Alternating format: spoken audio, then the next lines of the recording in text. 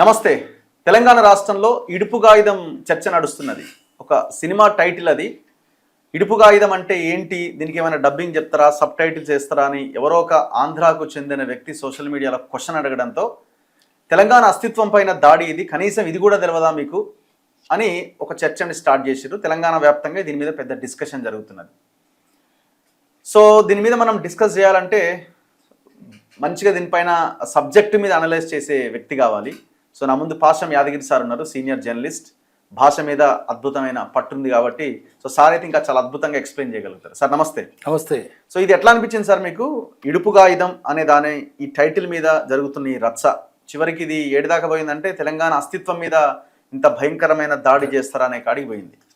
ఇప్పుడు దాడి చేస్తారా అని క్వశ్చన్ చేస్తున్న వాళ్ళు, వాళ్ళకి ఆయుధాలు ఇస్తున్న వాళ్ళు, వీళ్ళంతా మళ్ళీ అదే ఆంధ్ర పెట్టుబడిదారులతో చేతులు కలిపి బిజినెస్లు చేసిన వాళ్ళు, చేస్తున్న వాళ్ళే ఉన్నారు. సో ఈ టైటిల్ వివాదం ఎట్లా స్టార్ట్ అయింది, ఎందుకు స్టార్ట్ అయిందని మీరు అనుకుంటున్నారు? ఇడుపు కాగితం అంటే అర్థమైందంటే నువ్వు నేను విడివిడి కూర్చుంటాం, విడివిడి కూర్చొని విడిపోవడం. అది కాగితం. కాగితం అనేది ఉర్దూ మాట వాళ్ళు, కాగజ్ అని ఉర్దూ మాట నుంచి కాగితం వచ్చింది. కాగితం కూడా అదే, కాగితం కూడా ఉర్దూయేనా? కాగితం కూడా విడి అనేది తెలుగు, కాగితం అనేది కాగజ్, హిందీలో కాగజ్ కదా, కాగజ్ కాగితం అయింది. పెద్ద తేడా ఏం లేదు, వాళ్ళకి తెలియదు, ఆంధ్ర వాళ్ళకి తెలియదు కాగితం అనేది కాగితం అనేది కాగజ్ నుంచి వచ్చిందని తెలియదు. పత్రం అంటే కూడా అదే కదా, ఆకే కదా, ఆకు మీద రాస్తారు. పత్రం సంస్కృతం, అది ఆ సంస్కృతం మీద ఉర్దూ. దాని పెద్ద ఇష్యూ ఏంది మీరు చెప్పే, తెలుగులో ఏం దానికి మాట లేదు. ఆకు అనొచ్చు, విడాకులు ఆకులే కదా, ఆకులు అంటే బూతుమాట అయిపోయింది అనుకోండి ఇప్పుడు. అయితే విడిగా కూర్చొని భోంచేసే ముందు పెళ్ళి కలిసేటప్పుడు కలుసుకుంటారు, కలిసి భోంచేస్తారు. విడిపోయేటప్పుడు విడివిడిగా భోంచేస్తారు. అందుకే తెలంగాణ సామెత ఏమని చెప్తారంటే, నువ్వు రావద్దమ్మా అంటే ఆ సినిమా వాళ్ళకి చెప్పాలి మనం, నువ్వు రావద్దు నాయన, నువ్వు వచ్చి కూర్చున్నావు అనుకో, పెళ్ళి పెటాకులు, బియ్యం విడాకులు. బియ్యం కలిసిపోవడం, విడాకులు. బియ్యం అంటే కలవడం, విడ అంటే విడిపోవడం. పెళ్ళి పెటాకులు అవుతుంది, పెడముఖం కూర్చుంటారు. అది అందుకని. కానీ ఇప్పుడు ఎందుకు రచ్చ చేస్తున్నారు? విడాకులు ఇచ్చి, ఆంధ్రాకు విడాకులు ఇచ్చేసారు కదా. అది ఇడుపు కాగితం రాసి 14 ఏళ్ళు 15 ఏళ్ళు అవుతుంది. ఇంకా రచ్చేందుకు మీకు మాకు ఇడుపు కాగితం ఎప్పుడూ అయిపోయింది, 15 ఏళ్ళు అవుతుంది. ఇంకా ఎందుకు రచ్చ చేస్తున్నారంటే వాళ్ళకి బాధ ఉంది. అయ్యో ఇంకా దోచుకోవాలి, సాధికారికంగా దోచుకోవాలి. ఇప్పుడేమో లంచాలు ఇచ్చి దోచుకుంటున్నారు తెలంగాణను. డబ్బులు ఇస్తారు కింద నుంచి పై నుంచి, లంచాలు ఇచ్చి కాంట్రాక్టర్లు వాళ్ళని. అప్పుడైనా ఇప్పుడైనా 15 ఏళ్ళ నుంచి అంతా వాళ్ళదే, సినిమా వాళ్ళదే, కాంట్రాక్టులు వాళ్ళే, అన్నీ వాళ్ళే. ఇప్పుడు దీంట్లో ఏం చెప్పదలుచుకున్నారంటే, ఇడుపు కాగితం తెలంగాణ సినిమా ఆంధ్రాలో నడవద్దు, ఆంధ్రాలో మేము బ్యాన్ చేస్తాం, ఇండైరెక్ట్గా బ్యాన్ చేస్తున్నారు తెలంగాణ సినిమాని ఆంధ్రలో. ఎందుకంటే మొన్న మనం బలగం సినిమా చూసినాం కదా, బాగా డబ్బులు వచ్చింది దానికి. బలగం అంటే తెలంగాణ మాటనే కదా, పుస్తక సినిమా కూడా తెలంగాణదే. మళ్ళీ అట్లనే వస్తాయేమో దీనికి, అందుకని రచ్చ చేస్తున్నారు. మీరు దాన్ని తెలంగాణ ఆంధ్రలో రానియరేమో వాళ్ళు, మన తెలంగాణ ఇది తెలుగు తెలంగాణ సినిమా ఇది చూడ తెలంగాణలో ఆడాలి కానీ ఆంధ్రలో రావద్దని. కానీ దానివల్ల ఏమైందంటే తెలంగాణలో ప్రతి ఒక్కరు చూస్తారు సినిమా, విపరీతంగా డబ్బులు వస్తాయి, మీకేమో నష్టం అయిపోతుంది. ఇంకో సమస్య మనకి అర్థం కాదు ఏంటంటే, ఇప్పుడు రేపు తెలంగాణ వాళ్ళు రెచ్చిపోయి ఆంధ్ర సినిమాలు ఇక్కడ రావద్దు, ఆడొద్దు అంటారు. దిల్ రాజుని గల్లా పడతారు, నువ్వు తెలంగాణోడు కాదురా, నువ్వు ఆంధ్రోడివి రా అంటారు. ఆంధ్ర అయినా ఆయన తెలంగాణ అని చెప్పుకుంటాడు కానీ తెలంగాణోడు కాదు, ఆంధ్రలతో ఉంటాడు. ఎగ్జిబిటర్ని కూడా అడుగుతారు, నువ్వు ఆంధ్రోడి కదా, ఎగ్జిబిటర్ ఎట్లుంటారో ఇక్కడ అడుగుతారు. థియేటర్ వాళ్ళని అడుగుతారు, డిస్ట్రిబ్యూటర్ని అడుగుతారు, ప్రొడ్యూసర్లు, డైరెక్టర్లు అందరూ అడుగుతారు. అప్పుడు ఏమవుతుంది? ఆంధ్ర వాళ్ళకి నష్టమవుతుంది. వాళ్ళకి తెలుసో తెలియకనో తెలంగాణలో ఎక్కిరిద్దామనుకుంటే వాళ్ళే బోల్తా పడుతున్నారు, సూసైడ్ చేసుకుంటారు. వాళ్ళు మన తెలంగాణ హత్య చేయాలని చూసినారు, వాళ్ళు సూసైడ్ చేసుకుంటున్నారు. ఈ ఇడుపు ఎందుకు మాట్లాడుతున్నారు మీరు, తెలంగాణ ఎందుకు ఎక్కిరిస్తారు? ఆయన జంజాల పాపయ్య శాస్త్రి అంటే ఆయన తెలంగాణ భాష తౌరక్యాంధ్ర అన్నాడు, అంటే టర్కిష్ తెలుగు, అంత టర్కిష్ అయింది. ఇండైరెక్ట్గా వీళ్ళు తుర్కోలని కూడా చెప్పిండు తెలంగాణలో. అంటే తుర్క్ అంటే టర్కీ నుంచి వచ్చింది. మన దగ్గర ముస్లింలు కూడా టర్కీ కాదు, వాళ్ళు ఈ లోకల్ వాళ్ళే, వాళ్ళు ఇక్కడ వాళ్ళే. ఇక్కడ అబారిజినల్స్, మూలవాసులు వాళ్ళు. ఎస్సీలు బీసీల నుంచి ఎక్కువ మంది పోయి 99% గుళ్ళకి రానియకపోవడం, దానివల్ల వాళ్ళంతా ఊళ్ళకి కూడా రానియలేదు. మూతికి ముత్తం ముడికి చీపురాయి, వాడు ఊళ్ళకి రానియలేదు. ఏం చేయాలి? ముస్లిం అయితే నువ్వు నవాబ్ పక్కన కూర్చొని నమాజ్ చేయొచ్చు. క్రిస్టియన్స్ అయితే కూడా అంతే, చదువు చెప్తున్నారు. ఇక్కడ చదువు లేదా, బళ్ళకి రానికపోయి ఉద్యోగం లేదా. అందుకని క్రిస్టియన్లుగా ముస్లింలుగా మారినారు, ఇప్పుడు తర్వాత బౌద్ధులుగా మారుతున్నారు. సో వాళ్ళు భాష, వాళ్ళు ముస్లిం తుర్కగానే కాదు, తుర్క్ అని చెప్పడం కూడా తప్పేది. అయితే వాళ్ళ భాషలో ఆంధ్రలో తెలంగాణ కంటే ఎక్కువ ఉర్దూ ఉంది. నిజామే కదా, 1829 దాకా నిజాం పరిపాలనలోనే ఉంది. అంతకంటే ముందు మొఘల్స్, అంతకంటే ముందు బహమనీలు, దేశమంతా అంతా కలిసిపోయింది.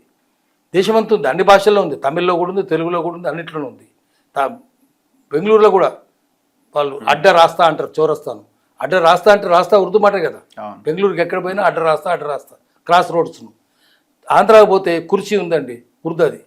చెప్పల్ ఉర్దూ, చెప్పులు ఉర్దూ. కలం అంటే బలపం, హిందీలో ఒరిజినల్గా ఉర్దూలో, హిందీ ఉర్దూ ఒకటే. ఉర్దూ అంటే బలపం. పట్టి కాయ అంటే బలపం, పలకేది పట్టికా ఉర్దూయే. మద్దతు వాపసు ఇస్తున్నారండి, మద్దతు ఉర్దూ వాపసు ఉర్దూ. తాజా ఖబర్ అంటే అంటారు, తాజా ఉర్దూ ఖబర్ ఉర్దూ.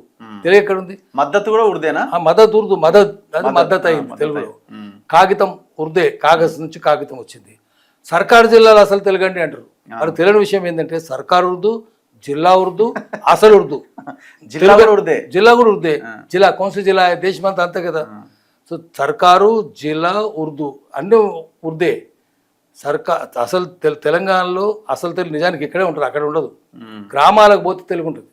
హైదరాబాద్కి వస్తే కాదు, హైదరాబాద్లోనే ఆంధ్రలోనూ ఉర్దే ఉంటుంది. గ్రామాలకు పోతే చదువు రానుల దగ్గర పోండి, స్పష్టమైన తెలుగు మాట్లాడతారు వాళ్ళు. వేరే ఉర్దూ ఉండదు, సంస్కృతం ఉండదు. ఆంధ్రలో అంత సంస్కృతమే.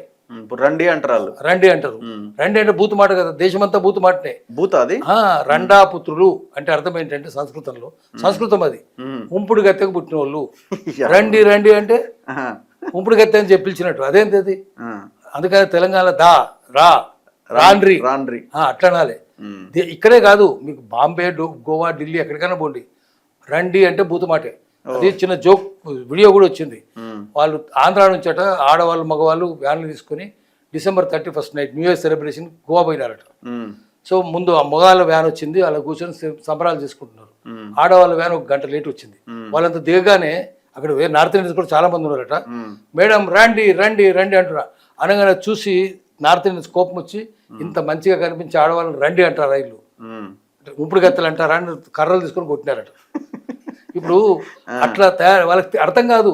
మీకు బావిలో కప్పాలి కదా, మీరు ఎక్కడికి పోతే అక్కడికి ఆ బావిని ఎట్లా తీసుకుపోతారు మీరు? మీకేం స్వతంత్రం ఏం తెలుస్తుంది మీకు? మీ భాషలో మీ తెలంగాణ కంటే ఎక్కువ ఉర్దూ మాటలు అక్కడ. మా ఇలాకా మనిషి అండి తెలంగాణలో ఎవరు అనరు, అంటే మా ప్రాంతం మనిషి, మా తాలూకు మనిషి అండి, తాలూకు అంటే సంబంధం, మాకు సంబంధించిన మనిషి అండి, అది ఉర్దూయే. అసలు వాళ్ళ మాటలు అన్ని ఉర్దే. పైనుంచి కిందాక శరీరం జులుఫాలు అంటే తలెంట్రుకలు, రేష్మి జుల్ఫీ పట్టులాంటి వెంట్రుకలు అంటారు ఉర్దూలో. జులుఫాలు ఉర్దూ, కలం ఉర్దూ, బలపం ఉర్దూ, చెప్పులు ఉర్దూ, ప్రతి ఉర్దే. పట్టి ఉర్దూ, ప్రతి ఉర్దూ గాంధీ లేదు. ఖబర్ అనేది KABR ఖబర్ అంటే సమాధి, KHR ఖబర్ అంటే న్యూస్. ఖబరు తేడా తెలియదు వాడికి. కబుర్లు అండి అంటాడు. కబుర్లు అనేది తెలుగు మాట, అది కబుర్లు తెలుగు కదా అనే కాదు, ఉర్దూ మాట అది. ఖబర్ నుంచి కబుర్లు వచ్చింది. కబుర్లు చెప్పండి అంటారు. తెలంగాణ అయితే సంగతులు ఏంటి అని అడుగుతారు. ఆంధ్రాకి పోతే ఏంటి సంగతులు ఏమున్నాయా అంటారు. సంగతులు తెలుగు మాట కదా, వాళ్ళు ఆంధ్రలో ఏమంటారు? కబుర్లు చెప్పండి. కబుర్లు అనేది ఉర్దూ కదా. నువ్వు మమ్మల్ని ఎందుకు ఎక్కిరిస్తున్నావు? నువ్వు నీ భాష నీకు తెలుసా? నీకు తెలియదు, నీకు తెలియని సంగతి కూడా నీకు తెలియదు. అది మరి జంజాల పాప శాస్త్రి అట్లా మాట్లాడాడు. ఆయనకేం తెలుసు? అన్నిటికీ నీ భాషలో సంస్కృతం అన్నా ఉంటుంది. వాడిని జవాబు చెప్తావు అంటారు, జవాబు ఉర్దూ. సవాల్ చేస్తా, జవాబు చెప్తావా? సవాల్ అంటే ఉర్దూ, జవాబు అంటే కూడా ఉర్దే. చిల్లర లేదండి, చిల్లర ఉర్దూ. తెలిగేది ప్రతిది ఏది చూసినా ఉర్దే.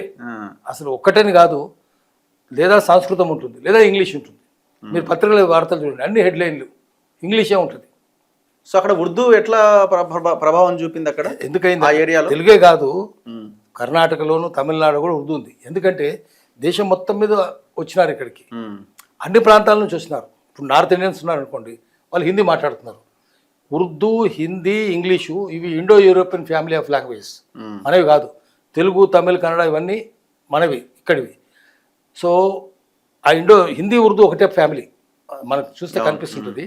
ఇంగ్లీష్ కూడా, సంస్కృతం కూడా అదే ఒకటే ఫ్యామిలీ. సంస్కృతం కూడా అదే, సంస్కృతము, ఉర్దూ, ఇంగ్లీషు ఇవన్నీ ఒకటే family, Indo European family. So వాళ్ళ ఇన్ఫ్లుయెన్స్ ఖచ్చితంగా తెలుగు మీద ఉంటుంది, శిల్పం మీద ఉంది కదా. మీరు హైదరాబాద్ చూద్దాం, అరబిక్ స్టైల్ ఆర్కిటెక్చర్ చాలా ఉంటుంది, టర్కీ ఆర్కిటెక్చర్ చాలా ఉంటుంది, ఇండో సారసనిక్ ఉంటుంది. సో అట్లే భాష మీద కూడా ప్రభావం ఉంటుంది, తిండి మీద కూడా ప్రభావం ఉంటుంది. సో అది తర్వాత మనుషులు కూడా 4 మేజర్ రేసెస్. కాకసాయిడ్ అంటే తెల్లగా ఉండేవాళ్ళు, మంగోలాయిడ్ పసుపు రంగులో ఉండేవాళ్ళు, నీగ్రాయిడ్ నలుపు రంగులో ఉండేవాళ్ళు, ఆస్ట్రలాయిడ్ బూడిద రంగులో ఉండేవాళ్ళు, ఆస్ట్రేలియా వాళ్ళు. ఈ మానవ జాతి బతకాలంటే అందరూ మిక్స్ అయిపోయినారు.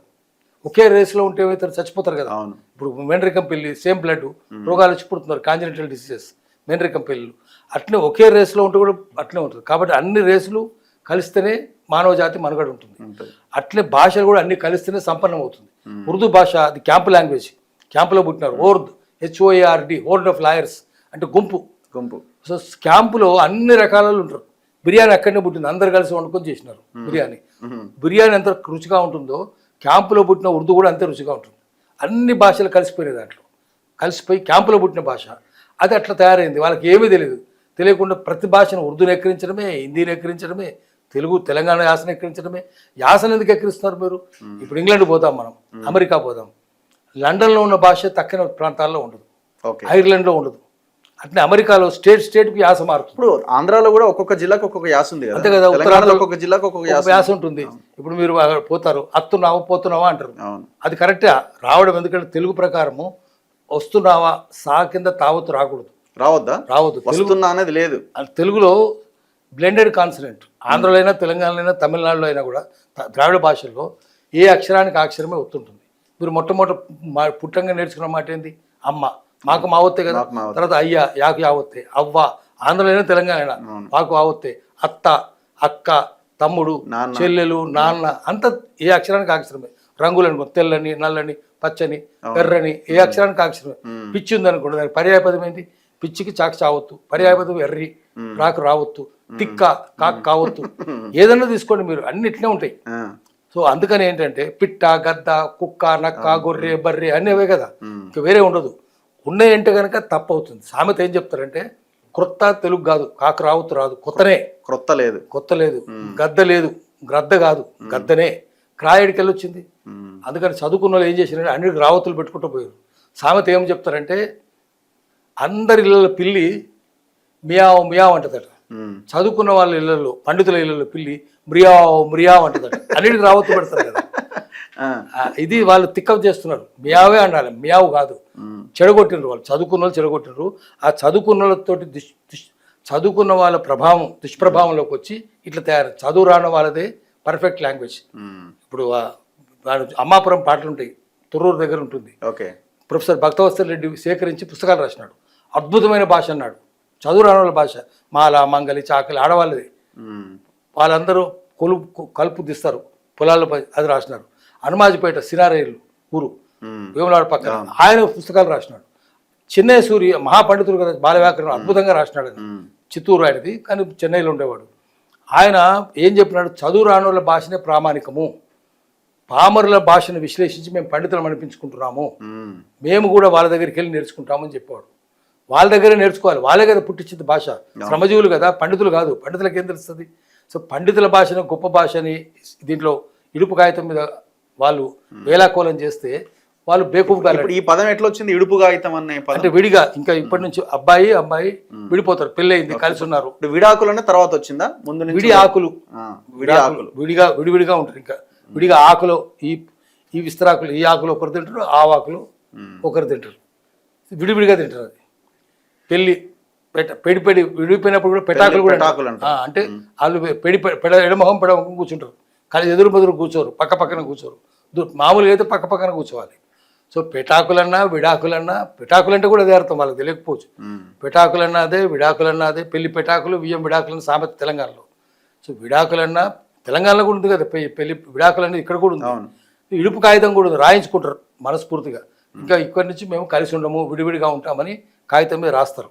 రాసిన దాన్ని ఇడుపు కాగితం, విడిగా ఉంటామని రాసిస్తారు. అగ్రిమెంట్ అది. అందరి ముందు ఊరు పెద్దలు వస్తారు, లేదా కులం పెద్దలు వస్తారు, వాళ్ళ ముందు రాసిస్తారు. అది దాన్ని ఇంత రచ చేసేందుకు అసలు ఇప్పుడు ఎందుకు ఈ చర్చ ఇంత బలంగా ఉన్నది? అంటే జనాల్లో కూడా అవును ఏంది ఇది అనే కాడికి వచ్చింది పరిస్థితి. అదే మొదటి నుంచి నడుస్తుంది ఇంట్రెస్ట్. కానీ ఇది ఎందుకు ఇంత ఇదిగా ఉన్నది అంటే పవన్ కళ్యాణ్ లాంటి సినిమా వాళ్ళు ఉంటారు, వాళ్ళు రెచ్చగొడతారు. ఒకటి తెలంగాణ సినిమా బలగం సినిమా లాగా బాగా ఆడుతుందేమో, మా సినిమాలు ఆడవేమో, అది కూడా భయం ఉంటుంది వాళ్ళకు. అందుకని దాన్ని బ్యాన్ చేయాలి. అవుట్ ఆఫ్ బౌండ్స్, మా స్టేట్లో ఆంధ్రలో ప్రవేశించకూడదు అని చెప్పాలి. సో అది ఇన్ఫీరియర్, చాలా చౌకబారు సినిమా. ఒకడైతే ఒక వీడియో చేసినాడు, మా భూములు అని అంటున్నారు కదా, మా భూములు అన్ని అమ్ముతాం, తెలంగాణ వాళ్ళకి కొనుక్కునే శక్తి ఉందా అనే కాడికి వచ్చింది వీడియోలు. అట్లా నీ జాగీర్, అది నీ జాగీర్ కాదు, నువ్వు కబ్జాలు పెట్టినావు, ఫిల్మ్ నగర్కి వెళ్ళి చూడండి, అంతా ఒకరే. ₹1 గజం కదా చంద్రబాబు నాయుడు ఇచ్చింది. జూబిలీస్ అంతా ₹1 గజం కదా, ఎట్లా ఇస్తారు? బంజారా హిల్స్ ఉంది, బంజారాలు కదా. అక్కడ మెహదీ నవాజ్ జంగ్ ఇల్లు కట్టుకున్నప్పుడు పెద్ద ఇల్లు బంజారా హిల్స్లో, మీకు మెహదీ పెడదాం మీ పేరు పెట్టుకోమంటే లేదు లేదు బంజారాలు ఉన్నారు ఇక్కడ అన్నారు. వాళ్ళందరూ తరిమేసినారు కదా. మీరు ఎట్లా అమ్ముతారు వాళ్ళకు? వాళ్ళు వచ్చి మిమ్మల్ని తరమాలి. వాళ్ళు లంబడోళ్ళు, బంజారాలు అంటే గోరు, లంబడోళ్ళు వచ్చినారు, వాళ్ళు అందరూ తరిమేసినారు కదా. మీ చేతిలో అధికారం రాగానే అందరూ తరిమేసినారు. సర్ఫకాజ్ భూములు, సర్ఫకాజ్ అంటే నిజాం సొంత ప్రాపర్టీ, అది సర్ఫకాజ్ భూములను మీరు కబ్జాలు పెట్టినారు. పాయిగాలు అంటే నిజాం బ్లడ్ రిలేషన్, మేనమామలు, మేనత్తలు, మామర్దులు, వాళ్ళ భూములన్నీ కబ్జాలు పెట్టేసినారు మీరు. జాగీర్దారుల భూములు కబ్జాలు పెట్టినారు, జమీందార్ అసైన్ భూములన్నీ కబ్జాలు పెట్టినారు, లావణి భూములు కబ్జాలు పెట్టినారు, ఇనాం భూములు కబ్జాలు పెట్టినారు. ఏది కబ్జా పెట్టలేదు మీరు? అన్ని కబ్జా పెట్టి మీరు అమ్ముతారా? మాది మాకు అమ్ముతారా? ఏమైనా బుద్ధి ఉందా? తీద్దాం, చరిత్ర అంతా తీద్దాం. తీస్తే ఇప్పుడు కాదు, 52, 54 తీస్తే తెలిసిపోద్ది ఎవరిదో. అప్పుడు అసలు మీరు మిమ్మల్ని జైల్లో పెట్టాలి. మీరు భూమి అమ్ముతారా? మాకు చెప్తారు మీరు ఎవడెవడు కబ్జా పెట్టిండి, ఎంతెంత కబ్జా పెట్టిండి, మనకి లెక్కలు లేవా? అన్ని లెక్కలు ఉన్నాయి. కానీ మన లీడర్లు, మన పాలకులు ఈ 10-15 ఏళ్ళ నుంచి ఇప్పుడు వీళ్ళ వల్లనే కదా ఇప్పుడు వాళ్ళు వచ్చి మళ్ళీ మన మీద దాడి చేసి వాళ్ళే. అదే ఎందుకంటే ఇప్పుడు చూద్దాం, అంతకంటే ముందు చంద్రబాబు దగ్గర ఉన్న వాళ్ళే మళ్ళీ టీఆర్ఎస్ కూడా గవర్నమెంట్లో వాళ్ళే కదా. అదే తుమ్మల నాగేశ్వరరావు కదా, ఇప్పుడు కూడా అదే తుమ్మల నాగేశ్వరరావు అంతే. ఆయన చంద్రబాబు ఉన్న ఆయనే ఉంటాడు, రాజశేఖర్ ఉన్న ఆయనే ఉంటాడు, కేసీఆర్ ఉన్న ఆయనే ఉంటాడు, రేవంత్ రెడ్డి ఉన్న కూడా ఆయనే ఉంటాడు. మరి మన వాళ్ళ తప్పు కదా, మళ్ళీ వాళ్ళే ఎక్కడున్న వాళ్ళు వాళ్ళే ఉన్నారు. కేసీఆర్ కూడా ఏమన్నాడు? మాది వీర బొబ్బిలి, వెలమ శౌర్యం, తాండ్ర పాపారాయుడు వీర వారసత్వం అన్నాడు. మరి ఆయనకు కూడా అదే ఉంది. మరి ఆయన అడగాలి, మరి ఏంది ఆయన నువ్వు అట్లా అన్నావు కదా, ఇప్పుడు నువ్వు కూడా బొబ్బిలి అనుకుంటున్నావా అని అడగాలి. అందుకని వీళ్ళు అంత ఒకే రకంగా ఉంటారు. చూస్తే మళ్ళీ మేఘకృష్ణారెడ్డి కదా ఇప్పుడు కూడా కాంట్రాక్ట్లు అండి హైదరాబాద్ చుట్టుపక్కల, అన్నారం గులిపాయ, సుందిల గులిపాయ, మేడిగడ్డ, బొందలగడ్డ. అయినా సరే మళ్ళీ ఆయనకి ఎట్లు ఇస్తారు? మీరు దాని ఆస్తులు జప్తు చేసినరా, అని జైలు పెట్టినరా, కేసులు పెట్టినరా? ఏమి లేవు కదా. మళ్ళీ వాళ్ళని సన్మానం, ఎవరికి సన్మానం జరగాలనో వాళ్ళకి అవమానం జరుగుతున్నది, ఎవరికి అవమానం జరగాలనో వాళ్ళకి సన్మానం జరుగుతున్నది. ఇది ఆ ప్రభుత్వమైనా ఈ ప్రభుత్వం అందరు కలిసే ఉన్నారు. నిన్నటిదాకా టీఆర్ఎస్ ఉన్న దొంగలందరూ ఇప్పుడు కాంగ్రెస్ ఉన్నారు కదా.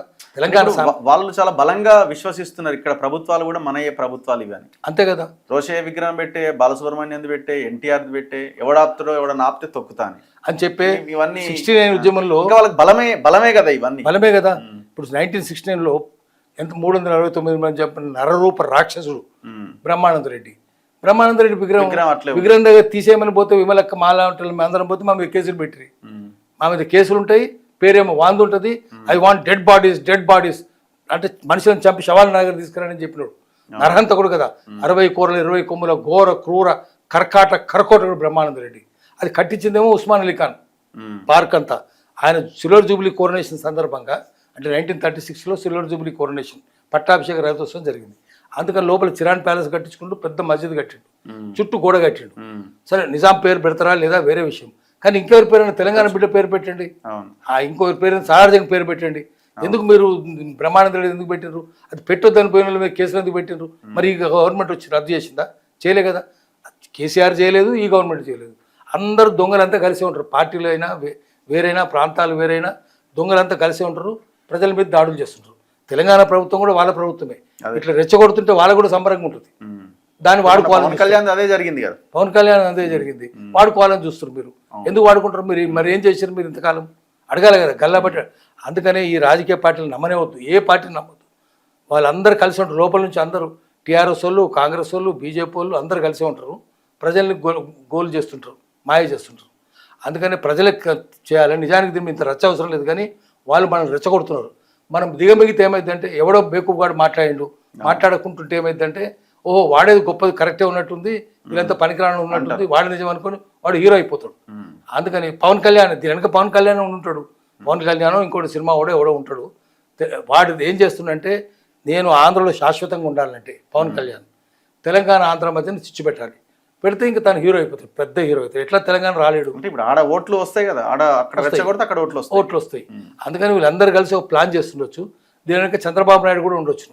చంద్రబాబు నాయుడుకి మన తెలంగాణ దొంగలు సహకరిస్తుండొచ్చు లోపల నుంచి. ఇప్పుడు వీళ్ళ కన్నా ఉండాలి కదా సార్ గవర్నమెంట్లో ఉన్న వాళ్ళకి. ఇప్పుడు మొన్న ఆయన రెరా చైర్మన్గా శ్రీనివాసరాజు అని ఒక ఆయన నియమించారు. తెలంగాణ భూములు వాళ్ళలో పర్మిషన్ ఇచ్చే వ్యక్తి తెలంగాణ కోసం కొంత సోయి ఉండే ల్యాండ్స్ గురించి తెలిసినవాడు ఉండాలి కదా.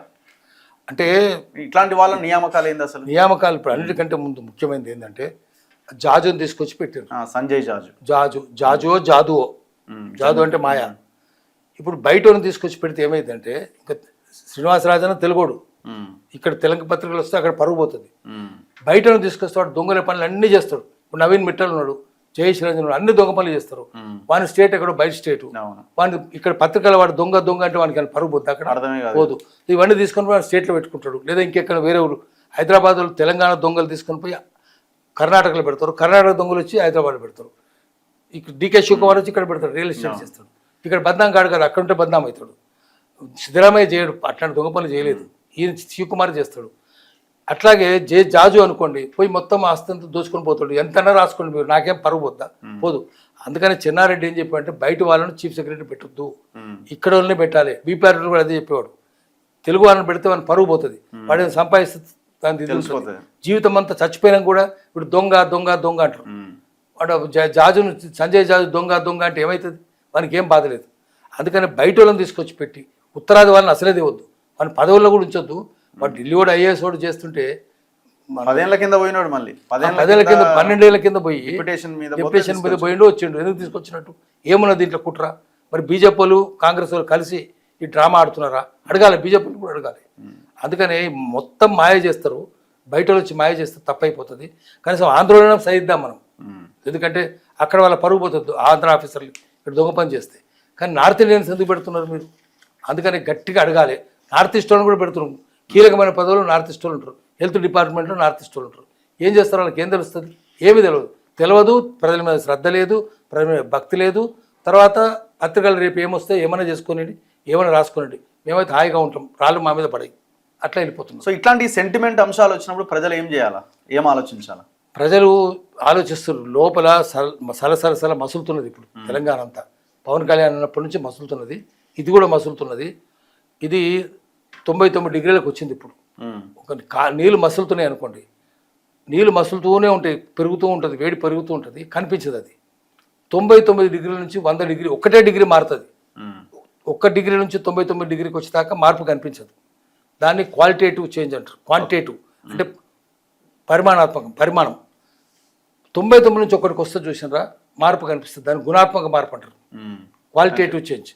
అది ఎప్పుడైనా క్వాలిటేటివ్ చేంజ్ రావచ్చు, మసలవచ్చు, మసిలినంత వీళ్ళ మీద పడవచ్చు, వీళ్ళ ఒళ్ళు కాలిపోద్ది, వీళ్ళు కాలిపోతారు. అటువంటి ఎక్కువ దూరం లేదు. తొందరలోనే ఈ పరిమాణాత్మక మార్పు గుణాత్మక మార్పుగా పరిణామం చెందుతుంది. వీళ్ళందరూ కొట్టుకొని పోతారు. ఇప్పుడు బీఆర్ఎస్ వాళ్ళు ఏమైనా అడ్వాంటేజ్ అయిద్దామని చూస్తున్నట్టున్నారు. అంటే వాళ్ళు తెలంగాణ అంటే మేము తెలంగాణ సెంటిమెంట్ మా వైపే ఉన్నది, మేము అది బండిస్తే మాకే ఓట్లు వస్తాయి అనే ఆలోచనలో కూడా వాళ్ళు ఉన్నట్టున్నారు. వాళ్ళు అనుకుంటున్నారు, భ్రమ అది అంతా. అది వాళ్ళు ఏదో అనుకుంటున్నారు కానీ జనం అంతా టీఆర్ఎస్ని విమర్శించి కూడా లాభం లేదు. ఎందుకంటే టీఆర్ఎస్ చచ్చిపోయింది, శవాన్ని మోసుకొని పోయినరు, పాతి పెట్టిరు, మర్చిపోయినరు కూడా. శవాన్ని కొడితే ఏం లాభం, శవాన్ని తిరిగితే ఏం లాభం? Don't flag the dead horse అంటారు. చచ్చిపోయిన గుర్రాన్ని కొడా తీసుకుని కొడితే ఏం పరిగెత్తదు కదా. ఇప్పుడు ఇది కూడా కదా, ఏం లేదు, చచ్చిపోయిన గుర్రం అది. దాన్ని తిట్టినా మెచ్చుకున్నా, దాన్ని దండేసినా ఏం లాభం లేదు. దండేసినా దండనేసినా దండగేసినా లాభమే లేదు. అందుకని జనం ప్రత్యామ్నాయం చూస్తారు, ఇది లాభం లేదు, అది లాభం లేదు. కేసీఆర్ ఏం చేసినో తెలుసు కదా, ఎన్ని దొంగ పనులు చేసే 10 ఏళ్ళు బట్ అన్నారం సుందిలా మేడిగడ ఆయన చేయ కదా, మళ్ళీ ఈయనది అదే ఆయన ఇదే చేస్తున్నారు, ఇద్దరు కలిసే ఉన్నారు. జనానికి అంత అర్థమైపోయింది. అందుకని తెలంగాణ ప్రజల తెలంగాణ కాదు, ప్రజాస్వామిక తెలంగాణ కాదు. ఇంకా ఒక్క మాటలు చెప్పాలంటే తెలంగాణ రాష్ట్రం రానేలేదు. మళ్ళీ తెలంగాణ కోసం ప్రజలు పోరాటానికి సన్నద్ధమవుతున్నారు. ప్రజలు తెలంగాణ తెచ్చుకోవడానికి ప్రజలు పోరాటం చేయడానికి ఉద్యుక్తులు అవుతున్నారు. Thank you sir, thank you very much. ఇది ఆ సినిమా టైటిల్ మీద చిన్న విశ్లేషణ పాషం యాదగిరి గారితో. చూస్తూనే ఉండండి మన తొలి వెలుగు.